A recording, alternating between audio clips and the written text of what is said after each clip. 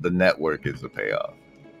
Absolutely. The ideal poetic process would not be one person defining how the ideal looks like, but a lot of people. I mean, that's the biblical process. That's how the Greek pantheon came about. It was this poetic amalgamation process, right? Reincorporating old god figures into new ones. This kind of synthetic, collective poetic process gave us the greatest god figures so far. And then we were not allowed to do anything like that for millennia. We were not allowed. Socrates died for the individual's right to pick their own god, essentially, right? But now we actually have the right, we have the right to represent God, and nobody's making use of it. Basically nobody. We see, like, DC and Marvel comics, essentially a consequence of the idea of Nietzsche's Übermensch. All of them are transhumanists, basically. All of them have been physically altered. None of them is just like this Jesus character. Like, the closest approximation of a Jesus character is like maybe Ted Lasso. Plato would have loved Ted Lasso. But in terms of politicians, there is no ideal. Gen Z is not depressed because the world is meaningless and they're just flesh robots who are meant to be replaced by actual robots. But they have the feeling, or many of them, because they're so esoteric and they have such an open mind and they've consumed such a variety of voices, they are like fairly convinced that they have divine potential, infinite potential. Like, they actually believe that, and there's so much more than the current way of life and the current roles which corporate America, corporate Europe, Germany, whatever offers you, what school offers you, and so forth. But they have no way of actually incarnating that ideal, that potential, because they're not being given any blueprints for incarnation. I mean, to me personally, the closest representative of something like an incarnation is Elon Musk, because, like, literally people call him the real Iron Man. Actually, my nephew, I asked him why he's so fascinated with the Ninja Turtles and the Power Rangers, and he was like, they have superpowers and they're saving the world and they look cool. Those were the three things. But like, they have superpowers and they're saving the world. Well, it turns out the only superpower that people are conscious of is engineering, essentially.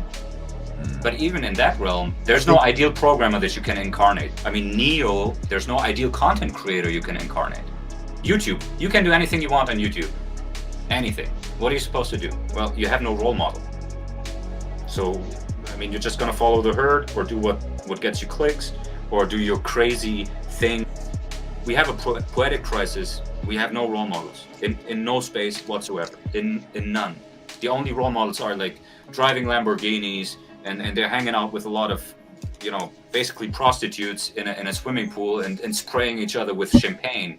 That's what you see in music videos and rap videos, golden chains. Plato said the artist casts the archetypes. I got an iPhone when I moved to the US. You can't go anywhere without your leash now. So. Exactly. So you need it now. The scrolling through this Insta or TikTok feed, like, this is how those girls look like. And because that's what's getting you views, or that's what the Snapchat filter superimposed onto your face, well, then you want to become it. Then you want to look like that for real. And so they all get surgery. So essentially, like Instagram and TikTok, they're like cybernetically engineering facial disfiguration. Because I mean, when I watch American, you can't watch any American production without fake lips anymore. You can't. Like, it's impossible. There's always, like, some of these beautiful actresses, they have been so completely destroyed. I mean, it breaks my heart. You've been hit with a weapon of mind control that taps into primal physiological bullshit, supernormal stimuli. And I don't know. That's my take on. And it makes their imagination suffer, because they no longer imagine having sex with beautiful women, but instead they watch them and they don't develop this power of imagination. Look, the inevitable or logical end game is to transcend Christ as just a singular representative of the individual and reintegrate the polytheistic